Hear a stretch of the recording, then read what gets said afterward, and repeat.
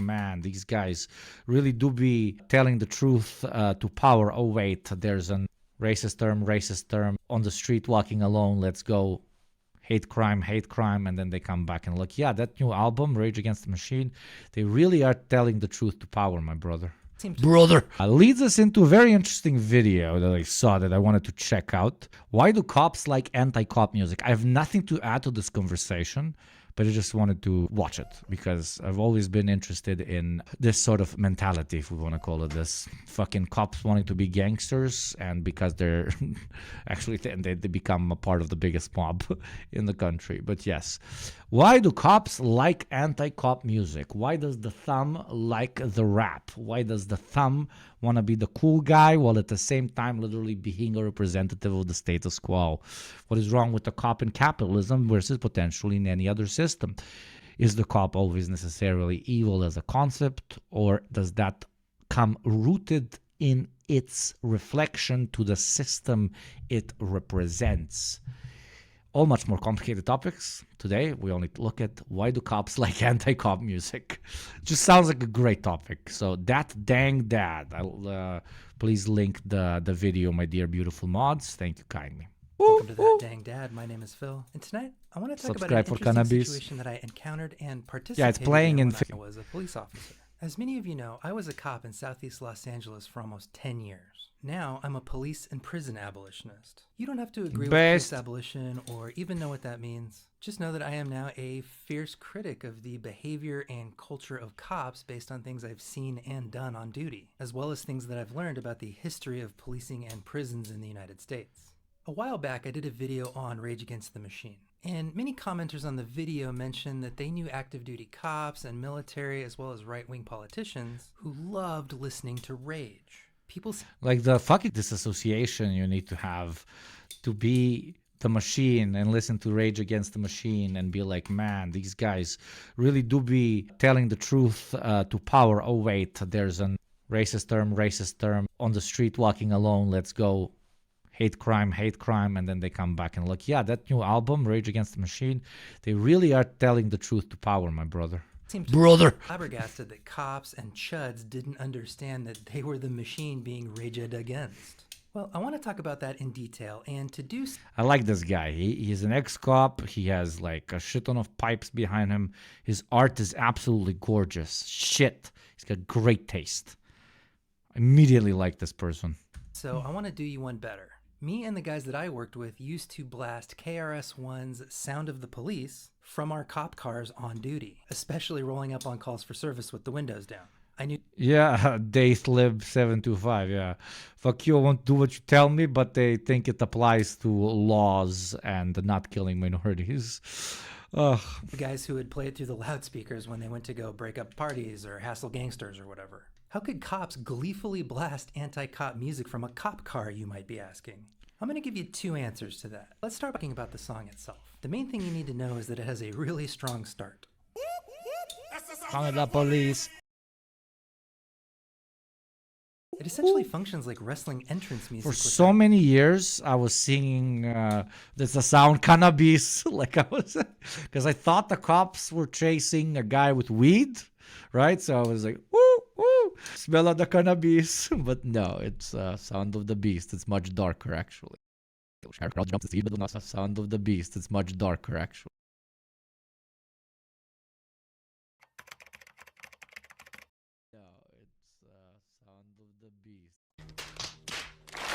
That iconic beginning. So when you picture cops using it as a cell phone ringtone or blasting it from the car, for a lot of them, I don't think it's any deeper than that because they may have never actually listened to the lyrics. Lyrics that say things like, I know this for a fact, you don't like how I act, you claim I'm selling crack, but you be doing that. I'd rather say see ya because I would never be a off. There you go, louder. Thank you and apologies for the sound things. I don't know what's going on today. Officer, you wicked overseer. You hotshot, want to get props and be a savior.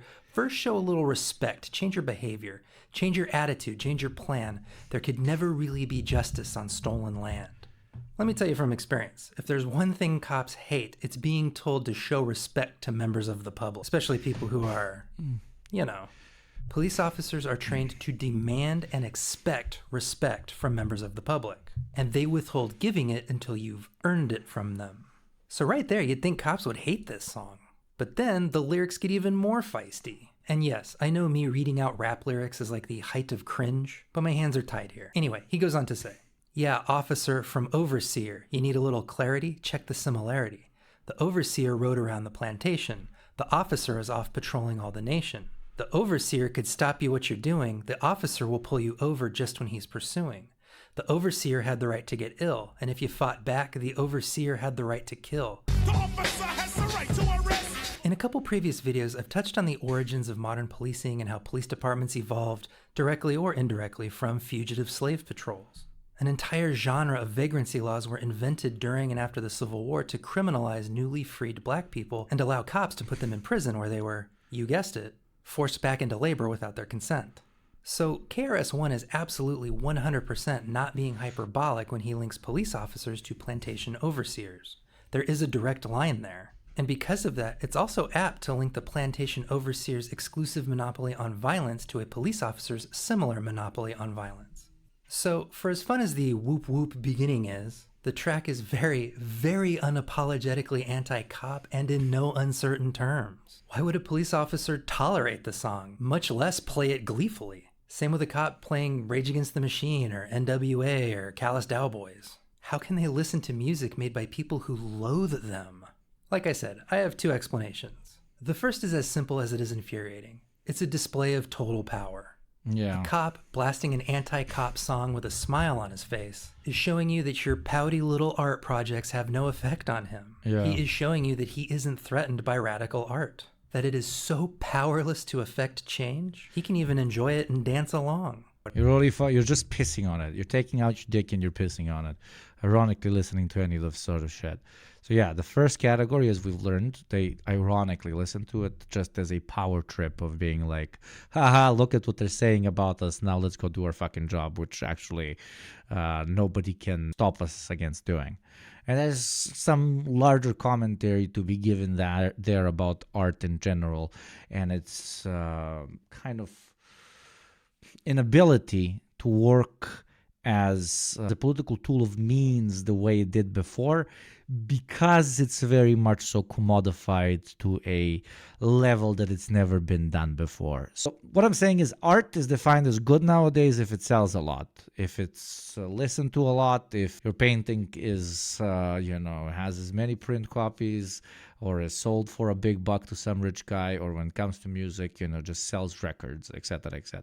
So a lot of people that go into art are not necessarily there out of passion and out of, trying to show others how they see the world, putting their soul on display quite literally, but quite to the contrary, they are there because they want to make some buck.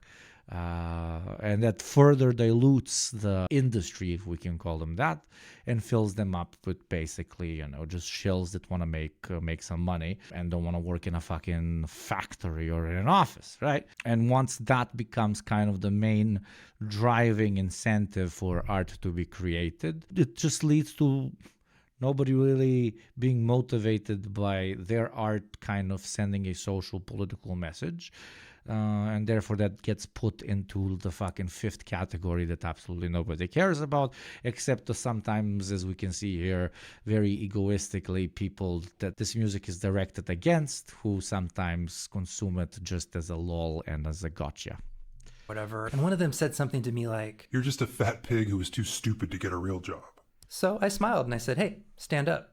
He stood up, probably assuming I was about to arrest him or something. And then I said, "Okay, sit back down." He sat back down, all confused. And I said, "I may be a fat, stupid pig, but you still stand and sit when and where I tell you to." I'm not proud of this attitude, but it is the same mindset as with anti-cop music. Tell your little jokes all you want. You still obey me. I'm still above you. This idea reminds me a lot of what big brain academics would call recuperation. Ron Adams, translating Guy Debord, defines recuperation as the process by which politically radical ideas and images are diluted, twisted, co-opted, absorbed, diffused, incorporated, annexed, and commodified within media culture and bourgeois society, and thus become interpreted through a neutralized, innocuous, or more socially conventional perspective. Yeah, what I told you previously, but phrased instead in a 3-minute monologue in a beautiful, beautiful paragraph. And no, I have not pre-watched, motherfuckers.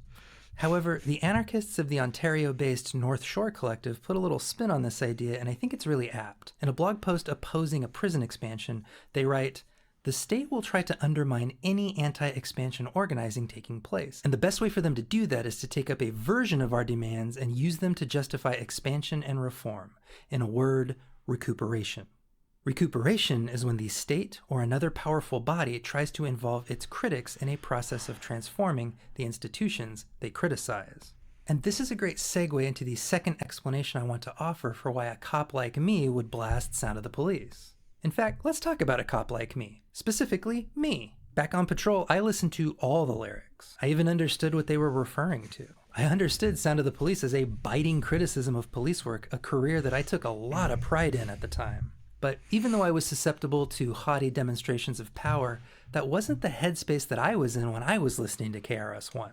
See, I would have told you, and quite sincerely, that I was not a racist cop. That I, in fact, hated racist cops. I would have told you that I was actually pretty reasonable and actually pretty cool, and thus I could listen to KRS-One critique the police because I agreed with him that cops who act like plantation overseers are bad. And I could agree with him because I wasn't one of those bad cops. I know. Just settle down, we're getting there. As a white guy raised in upper middle class Orange County, my understanding of racism is that it was a personal failing mainly perpetrated by loser skinheads and hillbilly Klan members. Racism was a bad thought that one guy would entertain about another person that could lead that guy to making a cruel or violent choice. And I was raised on Captain Planet and Fresh Prince and very special episodes of Saved by the Bell. So I knew that everyone was created equal, that no one should be mocked or hassled just for being different. And that doesn't just apply to cops or any different arms of the capitalist or in certain cases even fascist states. Let's look at the way the wealthiest amongst the bourgeois live right now. A few days ago, we talked about Elon Musk as a great example of capitalists no longer being satisfied with just the incredible power disbalance that they are privileged with controlling. No, they now need to also feel like our saviors, as the good billionaire, as the one who doesn't just make money off of selling, I don't know, something stupid like cheese or diapers or chemical substances, right? No, I'm the good type of billionaire, and I get to feel like I'm a part of the people, which is very much so Elon Musk's hardcore LARP that he definitely full-heartedly also believes. Very often what in groups how do I use the simplest terminology as possible? When you're the bad guy, you don't want to think you're the bad guy, but then everybody's shouting, "Oh my God, you're the bad guy." And you're like, no. There are some rotten apples amongst us that are the bad guy, but I'm from the good bad guys, okay? Elon Musk, for example, is a literal a person who, to an extent, cares enough about what other people think about him that he has engaged with the criticism of, hey, billionaires maybe should not exist at all, but also does not want to deal with the absolute schizophrenic kind of existence in which he finds himself in, which is he is both the greatest representative of the greatest exploiters, but also wants to be a man of the people. And when you melt that together, very often the way for you to kind of excuse away your both your privilege, but sometimes even your wrongdoings, you just say, yeah, not be perfect, but I'm not one of the worst ones, etc., etc. And this applies even to ethnic groups. For example, let's talk about my people. Balkan Slavs will say, man, we're so fucked up when we go to the West, like we're criminals and so on, like internalized racism. But then they will say, but at least we're not as bad as the Roma, right? There's much worse ones, okay? So self-hatred coupled with hatred of the other, or in this case, excusing away the actions of your group, when it comes to real actions, not racist shit like defining all Bulgarians or Romanians as fucking criminals, fucking idiotic, as the actions of only a smaller category. And that is why we're left with this kind of schizophrenic entity, which is the people's billionaire and the people's cop. So when KRS-One or Rage Against the Machine were yelling about racist cops, racist governments, fascism, injustice, I could nod and say, yeah, I'm totally with you with absolute sincerity and a totally clear conscience. Their critiques were valid. I didn't want to return to segregation and Jim Crow. I didn't support Westboro Baptist protesting funerals. I was a huge critic of LAPD's corrupt Rampart division at the time. I never once planted guns or drugs on anybody. And I saw American History X like 5 times. To put it simply, KRS-One and Rage Against the Machine were complaining about those guys over there, not me. Of course, this is incorrect. It wasn't until many years later that I understood what the machine meant in Rage Against the Machine. It wasn't until years later that I understood that KRS-One's linking of police... And again, we don't like being run by a fucking algorithm we call the market, okay? The Bezoses, the Elon Musks, the owners of LVMH or whatever other billionaire are just like a small little insignificant fucking consequence. Yes, even those 0.00001 percenters in comparison to the ever-consuming, ever-eating, fucking hungry, digitalized monstrosity that we created with the modern capitalist economic system, they're fucking nothing. They're specks of fucking dust, which makes you a speck of a dust on a speck of a dust that's on the beach of a planet that is in an ecosystem that, again, is reconcentrated on a speck of a dust that is on your favorite beach, right? But still, they're also like just a thing that this thing puked out and put on top of the chain. It is the machine that you should rage against, not Hurdur. I hate Jeff Bezos, especially not Jeff Bezos because he's my boss. But you get what I mean. This does not mean you should pity the billionaire. Fuck that shit. Just by individualizing the problem, being like, oh man, I really, one day I would like to walk through the street and throw bankers out of windows, shit like that. That's again individualizing it. They're a consequence of their material reality as well. If you grew up the way they did, you'd probably be the same, okay? To slave patrols wasn't just for thematic flavor.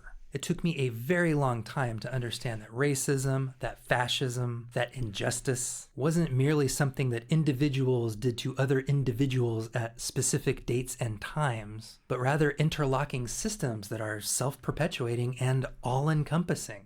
The area that I worked in was about 90% first and second generation immigrant, mainly from Mexico, but also Guatemala, El Salvador, and Honduras. And while I could confidently say I don't arrest people just for being Mexican, it took me many years to see that the system, the machine, didn't need me to be personally bigoted to do the work of bigotry. When an immigrant can't get a driver's license and can't get a legal job, so they get paid under the table, get exploited by their boss, and we show up to keep the peace if they complain, it doesn't matter whether the responding officers like Mexicans or not, because the cops will protect the exploiting boss over... Or if they beat the shit out of them or just intimidate them by being there. Like, okay, sure, beating the shit out of them is worse subjectively, but you get my point. You're still fulfilling your place in the chain. You're a part of the chain. You're a part of the system. Doesn't matter how like intensively you're represented or not as intensively represented. You are there to a much greater extent than any actual like proletariat job, because these are again not proletarians. For the exploited worker. When an immigrant is kept in a state of precarity through this labor exploitation and they can't make rent, The cops showing up to forcibly evict them are contributing to that exploitation, whether or not they gave The Blind Side 5 stars on Thank you, Letterboxd. Filibuster. And when some children of these precarious families grow up watching society exploit and abuse their parents and they act out in rebellious ways, cops enforce the curfew laws, the loitering laws, and the vagrancy laws that trap those kids in a carceral vortex that strips them of agency, strips them of legal protection, and opens them up to, you guessed it, labor exploitation inside prison and out of it. There's this phrase I've been obsessed with ever since I heard it a few weeks ago. The ancient meme that I will probably repeat for the 5th time since I started streaming on this platform. Gulag's very bad, okay? Gulag's not good. Gulag's very bad. But last Gulag in evil Soviet Union closed in the 60s. The United States of America, the most prosperous nation to ever exist, quote unquote, at least on paper, still fucking has Gulags, okay? Just, oh my God, they're not political prisoners. Okay. They smoked weed. Good. That means it's not a gulag. Good for you. You definitely live a much fucking fancier life than I do. It's a systems thinking heuristic coined by cybernetics researcher Stafford Beer, and it goes like this. The purpose of a system is what it does. What this means is that, according to Beer, whatever the designers and builders of a system claim to want, a system's purpose can be discovered by the actual effects that it has in the world, rather than effects it consistently fails to achieve. If a system constantly arrives at a certain outcome, that outcome is the purpose of the system. The outcome our police and prison system consistently achieves is one in which racialized, queer, and disabled members of the community are kept in a state of legal and economic precarity that enables capitalists to use them either as cheap labor or as a warning to other workers about what will happen to them if they stop cooperating. The police and prison system consistently fails to achieve safer, thriving communities, long-lasting behavioral interventions, or long-term economic stability in those who find themselves caught in it. The purpose of a system is what it does. The purpose of the police and prison system is to create exploitable labor, a docile public, and otherized scapegoats for that public to rally against. This is what KRS-One and Rage are talking about. And when you tell me that actually your brother, your aunt, your best friend is one of the good cops, this is the analysis that I am 99% certain that your brother, your aunt, or your best friend aren't grappling with. They are one of the good ones in a system whose purpose is to suppress and exploit. Well, so was I. It's bullshit. It's like looking at a gun that was used in a mass shooting and expecting me to care that the steel in the barrel was high quality. Who gives a fuck? Goes up to that dang dad. That is a mouthful, but beautiful, beautiful work. And thank you for not serving us anymore, dear sir. Very nice, very good. Hey, Hugo, explain this. How American Gulag exist if not trained to travel them? Checkmate. Yeah, absolutely. American give horse, man, and whip to move a Gulag American man in prison. Da. Yeah, very cool video, very cool gentleman. And a general topic of conversation about how impactful art which intends to be political can be. I think it can very much so be. The only, not critique, I don't want to call it critique because it's not critique against the art, but against the system which manages to even commodify art that is against them. I mean, to an extent, what we're doing here, but trying to have fun. I'm trying to entertain you, but also in the meantime, if I get to change your mind on a particular thing or introduce another concept to you, quote unquote, radicalize you, the better. Great. You know, we're having fun and we get to learn something. You know, I feel like I've done my part for the movement, but also from another perspective, I am very much so a victim of the commodification of radical anti-capitalist rhetoric, right? Like, the system has created a vacuum in which I can both espouse these ideas and also like put food on my table, especially thanks to all the beautiful, beautiful patrons. And you can take that as an analysis of from the perspective of, hey, the capitalists are just selling us the rope we will hang them with, or you can look at it from the perspective, hey, Yugopnik is just participating in the further commodification of anti-capitalist mentality, right? Just how you can talk about Rage Against the Machine in the same way, even though I'm not creating art, they very much so are, and about every fucking documentary ever made, etc., etc. I feel like the conversation is somewhere in the middle. Yes, this is active commodification, but the second it stops being just content for the sake of content is when my aspect of the funnel, I do properly from the perspective of moving you further down to it, leading you to actually organizing, leading you to actually doing propaganda yourself, leading you to participate in your local communities, etc., etc. If I was just regurgitating this shit so that, hey, guys, we get to sit here and be the most right because we're communists and we have material analysis and we are the most right, then in my opinion, that would just be pure commodification. But I'm genuinely trying to use this thing called the internet to, yes, of course, put bread on my table, but also to participate in capitalism the least that I potentially can, while also trying to help out a movement I believe is not only good, but kind of the only alternative really that we have to this hellhole we find ourselves in, right? So it's somewhere in the middle. Am I commodifying it? Yes, I am. Can you make absolutely anything without commodifying it nowadays? No, you can't. Literally, like if you can commodify fucking Marxism, if you can commodify your fucking children, you can commodify absolutely everything. But as long as you remember why you are doing it in the first place, while you're raising the child, while you're fixing the car, while you're making the song, while you're doing the stream, while you're donating in the stream, whatever the fuck. So yeah, that basically I'm on a rant about how I manage to sleep well at night. Because I would not be able to sleep well at night if I thought that this is just shouting into the void and begging for subs, okay? Even though the subs are very enjoyed. And yeah, I think that would be a very nice spot to kind of